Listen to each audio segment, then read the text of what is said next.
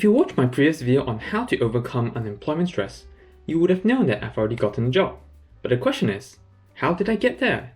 Hey everyone, welcome back to the channel. I'm Andrew, a recent computer science with AI graduate from University of Nottingham, and on this channel, we explore ways to improve our work, our life, and ourselves in general. Today, I'll be sharing the whole process which got me from writing my CV to getting my job. So yes, in this video, I'll be splitting it into 4 main parts, starting with writing the CV, then the cover letter, then after that application, and finally the interview stage. Without further ado, now let's go ahead with the CV. So, first up, CV. When you talk about CV, firstly, it's very important for you to understand the CV culture of the country that you're in. So I came from Malaysia, so originally back in Malaysia, I already have a CV of my own, and that's like a 1-page CV, which contains like everything on it with a photo, and some of that I actually have a percentage, but I'll just show it on screen. That's kind of how it works. But when I came over here, I'm surprised that, there's just a bit of cultural difference here, so they don't really use that. So in order to understand the CV culture of the country that you're in, the best way is to consult your university, and especially if they have any resources like the Career Advisory Service, which is what University of Nottingham have, and I consulted them and understood that there is a slight difference of the culture. So right here, I have shown you my CV. So yep, this is my CV that I used to apply for all my jobs in the UK, and the culture here is slightly different compared to Malaysia. Mainly, you can put it into 2 pages, and then they don't really care about photos here. And the third thing is that it will be good if you can put your references there, and that's what I did. So basically, after talking to the Career Advisory Service, I learned all this stuff, and then I immediately went ahead and changed all this stuff up. So it's very important to understand the culture here. Second, it's very important for you to understand your skills. Yes, why so important, like your skills? Because when you talk about CV, like CV for your company, like the company they're applying in, it's just like a bunch of fan letters, and it's unlikely that your fan letters will get read because there's just so many. Like definitely the idol that you admire wouldn't just go through every single of them. So if they do go through it, they'll just go through the first page. So you want to make sure that your best skills are presented on the CV, and they will definitely see it. That's why over here, actually, I put experience first and then education, achievement, after that, hobbies, interests, and language.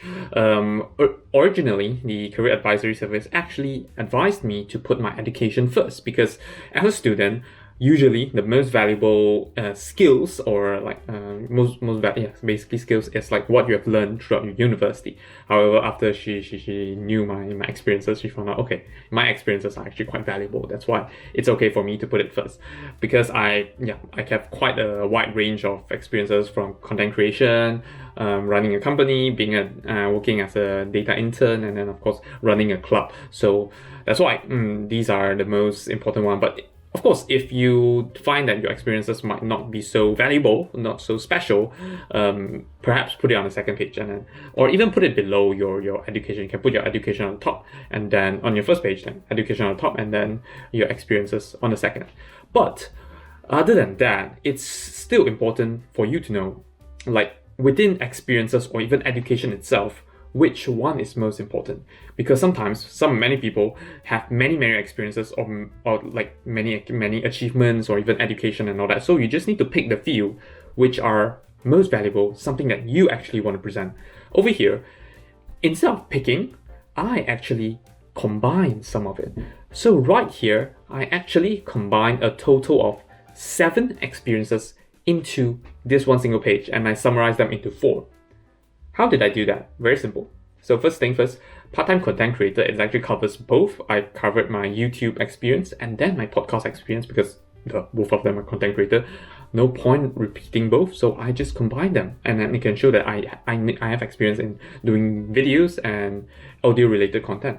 Second, running my company, that's quite simple. That's just one. But when we go to the third, data intern and part-time data worker. So I was a data intern in a company, and then I joined them as a part-time data worker after that as well. So those are 2 separate experiences. We kind of did different things, but then still they are quite similarly related. That's why I put both of them together so that I can expand on the experiences that I have within that company. Like, like the summary below, I can talk a lot more about it. Then finally, the fourth one, Youth Entrepreneur Society, which is a club that I used to be in, and then I was a vice president, and then the next year I'm a head of design. So yes, in there, I combined two. I was vice president, I'm head of design. I could have talked, and these two are very different roles. Vice president, they're more of a managing role, and then head of design is more like, it's managing, but more directly towards a specific field. But still, I put it together because they are this from the same society, and then I can like literally just talk about it all at once. So it kind of saves the space, and then it allows me to share more of my experiences. Education as well, actually, I combine, of course, I talk about data camp because I'm quite proud of that. I learned data science there. But within my University of Nottingham, I experienced education experience. I talk about two as well. So I didn't take A levels. I didn't take any kind of like anything after IGCSE. I actually went straight to University of Nottingham and got their foundation in science. And I didn't want to have a separate paragraph for that. So I just put it in there, wrote it out, talk about computer science with AI, the whole degree I had, and of course foundation in science as well. Yes, but another thing some people might be worried about is that what if you don't have that much educational background, experiences, or even achievement to talk about? Like, how can you fill up these 2 pages? So very simple thing. So over here I have enough. That's why I kind of filled most of it, and then you can see that below that I have a few things that just prop it like that. I have hobbies and interests, language references, which like kind of tiny stuff at the bottom. But if you don't have that much things to write about above, you can expand on your hobbies and interests. You can show that how your hobbies and interests could complement your skills, or how it can benefit the company in many ways. So you can explain that, or how it actually improves yourself in many ways. So that is one thing that you can do, you can work on if you don't have that much to share on other things. And yes, after understanding your skills, third and final thing, very simple, avoid any kind of like stupid mistakes. So basically, prevent any grammatical errors. Use Grammarly, very simple tool. Just use that. And then second, double check and make sure there is no spelling error. It will be very embarrassing if you send this out and then they see spelling mistakes, and then yes, it's very likely that they'll just reject it because you didn't even take the time into double checking it. So yes, definitely prevent that from happening. Now, on to cover letter. So cover letter, unlike CV is like kind of summarize of everything, all your skills in it. Cover letter is like a presentation of yourself in the form of essay on why the company would need you. And many people dislike cover letter. I don't like it as well because there's like a format to it. You have to write address, everything. It has to be formal, and then sometimes it kind of sounds a bit fake because of the format of it. Not gonna lie, but that's like the traditional way. And of course, you can consult your university resource like mine, Career Advisory Service. Why not? You can do that as well. I went and consulted mine. I wrote one previously based on like formats that's available on their website, on the university website, or even on Google and all that. But of course, they say there's ways to improve it. I used a bit. Actually, I went for a more modern approach. I used like Microsoft templates and all that. But they said that that's a bit too modern, and I should go more traditional. But the thing is, I did not. I did not go for the traditional one. I just think that I dislike traditional format, and there's a reason for that. But this might not apply for everyone. Basically, I'm a computer science student, so we apply more towards tech companies, and now tech companies are modern and all that. We don't care so much. Not we, actually. The companies don't care so much about the format itself. They care much more about the content itself. So, like, many companies are quite informal. They just you can just write it like exactly this cover letter I've shown here. Just say hi, but talk about the main thing is how you present yourself. It's not about the format and everything. If you're applying to a traditional company, maybe do that. But if a modern company, try to do this. So like the first thing which I actually almost skipped talking about is that first understand the company that you're about to apply to. If it's a modern company, do it this way. Don't be the traditional way. They will find that you're a mismatch to their culture. But if it's like a traditional company, perhaps go towards that method. For me, most of mine, I just use this method because modern companies and all that. So yes, first thing first, understand your company culture. Second, understand your skills again, but in this case, more specifically, your UVP. UVP means unique value proposition. It's a term that we use in entrepreneurship to show like what's so special about your product that you're offering to the customer, like why should they get it. Same thing, this time, you are kind of like the product that you're offering to the company. So you need to make sure that you know what is your unique value proposition. Why am I so valuable? Why should a company hire me? That's the question, isn't it? So you need to first understand what's so special about you, and then talk about that. Like unlike previous, like all those traditional cover letter, I don't like I don't know how they say it, like they have a format, they're too formal, something like that. Over here I went straight to the point. Of course I talk about how much I want to work in a company, and then I just went ahead and say why they should hire me. What are my UVP? So I have kind of 3 UVP which I strongly highlighted here. First, I have strong AI background. Second, I have an entrepreneurial mindset. And third, I am a dedicated person working in teams or independently. So these are the UVP which I believe the company will want me. But the reason why we need to present our UVP well, because I mean, even though we talk about how we choose which company we want to go in, but at the same time, the company is hiring you, they're paying you, they want to make sure that they are making the right choice, and then they will be able to get value out of you. You actually can help the company grow, or basically help the company generally. So they need to make sure that they make the right choice. So you need to make sure that you have the UVP that they want. So that is the important thing. That's why you need to understand your UVP, put it right there, highlight it, present it well, and make sure it's some UVP that you want. Don't talk about that you're good at marathon when you're applying to like Meta. Like why would Meta want to hire a marathoner? Of course you can talk about the skills, but don't just talk about marathons perhaps. And maybe you don't even need to talk about that, because yeah, there's no need to talk about that. Finally, third thing, same thing as the CV. Prevent any mistakes, grammar errors, make sure you use Grammarly. Spelling mistake, just double check again. So basically, prevent all that. But yes, like the cover letter I've shown you is actually the cover letter which I used to apply to many companies. Of course, a cover letter is something that you should must personalize, I'll say. So make sure that you change every time you apply to a company. And yeah, so this one is the one I applied to. Of course, I might omitted the main information. But yes, generally, this is how it looks like. Right now, we are at a new scene because we no longer need the screen. So yes, away from the computer. Now we will begin with talking about application. When we talk about application, the most popular way to apply for a job is still through job websites. And I definitely have a few to recommend. On the top of the list is definitely LinkedIn. And then on the far second, it is Total Jobs. And on the third would be any job websites that your university have to offer. So sometimes university have their own career portal and all that. Those are quite useful as well.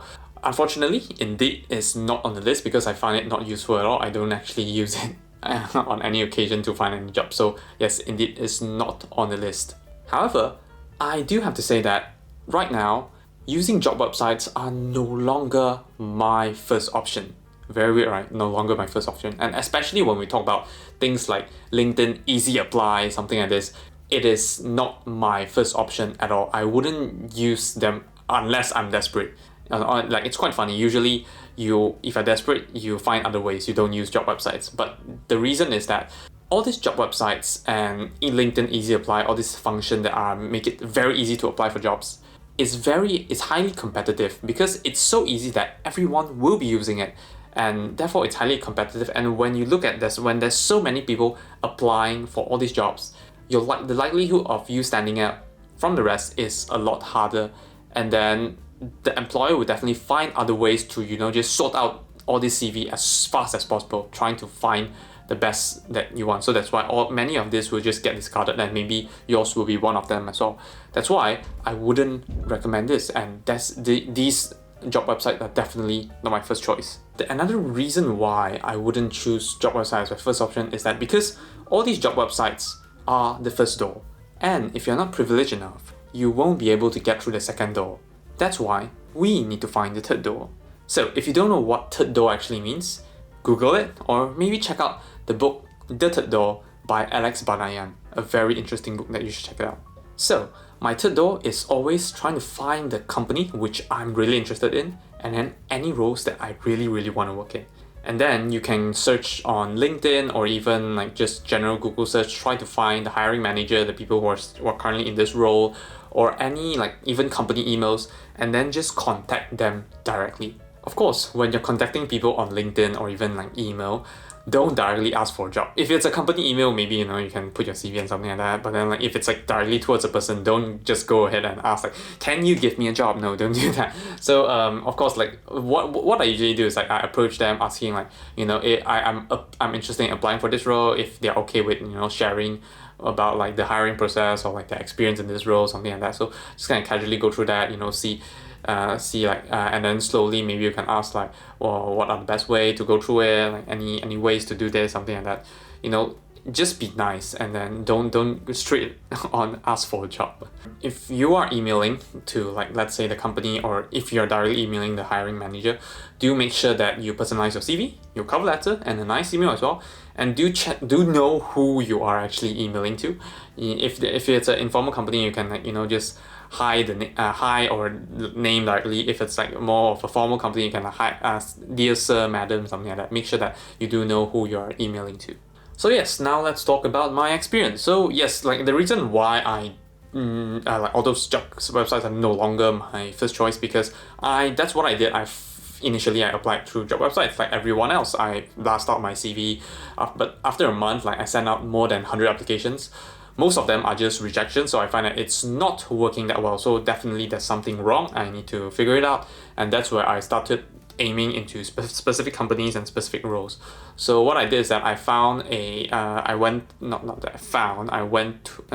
a website which is a product which I'm quite a fan of, and then like I just check if they're hiring anyone, and then go to their career page. They are not looking for anyone currently, but then they do open for exploratory applications. So I was like, why not just try it out. I did the same thing I asked you guys to do it, like CV, cover letter, email, personalize them, send it out, and then I'm lucky that my skills, experience aligns with what they currently want, and then yes, I scored the interview opportunity, and that's where I am right now. But yes, I'm not done yet. So now on to the final part, interview. So yes, interview. I'm not sure how it's gonna work now. All my interviews are online, through Zoom and all that. It could be that it's changing back to offline interviews, but at least for online interview, do make sure that you dress well. So definitely do some research of the company. Research of the company, knowing the company, understanding the company is definitely very important. And then if it's like a formal company, make sure you wear like formal or even smart casual. If it's like informal, I guess t-shirt is fine. But sometimes they do list down like what do they expect from you. So do read their email, something like that. But just to be safe, it's always better to be safe than to be sorry. So why not? You can always go for smart casual. Second, make sure you answer honestly and confidently. Yes, so make sure that like there's no need for you to just bluff and lie about the skills that you don't have, because if you can't present all those, like you can't show all those skills in the end of the day, yeah, there's no point of talking about it. So make sure that you answer honestly about the skills that you have, and it's important to be confident, because yeah, if you really do have the skills, you need to show that you know it, you have it, and then you can like act on all these skills, something like that. Yeah, so it's important to be confident and then present them well. Usually, company will ask for your strengths and weaknesses, and you would need to share them. Because the reason why I put this point here is because during my first interview, I think back in like 2018, 2019, I forgot, like my first internship, I got this question and I was like, oh shit, yeah, I only can, because like many people just like tilt towards either that you have a lot of strengths, or that you have a lot of weaknesses. And for me, I knew that I have a lot of weaknesses, but I never actually thought, what are my strengths? So it's important to know both of them, and then so that you can share them. But yes, if you do talk about weaknesses, one of the good thing to have is that you need to, not like good weaknesses to have, but a good skill to have. The good skill that you should have is that you can talk about how your weakness is an advantage, or how you are actually improving to prevent your weakness from hindering your ability to do work or something like that. So this is something that you should definitely think about, and then you can present when they're asking about your strength and weaknesses. So yes, as a concluding remark, I would like to say that job application actually isn't just about these four pillars: CV, cover letter, application, and interview. Definitely, there's one more important thing, which is assessment. But I can't comment on assessment much because like different jobs have different assessment, different roles. It's all different industry. Like it's totally different. I don't know all of them. So assessment is basically, you know, you just try to do your best, make a portfolio. If you know stuff, then you'll be able to do well, I guess. But ultimately, within these four pillars: CV, cover letter, interview, and application, the most important thing you figure out is that actually it's the application. The application is the most important thing because application is kind of like the only thing that's out of your control. You won't know that whether they'll accept your application. So you'd have to find ways to make sure that your application shine, your application stand out from the rest. Find your third door so that you can get your application onto the hands of the employer, and then they'll possibly give you a chance. Once you have entered through the third door, it's very likely that you get a job. Just make sure that you perform well in your interview. And basically that's how I got my first job as a graduate. I hope this video helped. So if you do like this video, do like, share and subscribe, and maybe consider checking out this video suggested up here by YouTube. I believe it's a good one. But if you do want to check out podcasts, why not check out the Thoughts podcast, which is a podcast created by me and my girlfriend Verene, where we discuss about incongruous thoughts in our daily life. So yes, thanks everyone for watching and hope to see you guys in the next video. Goodbye.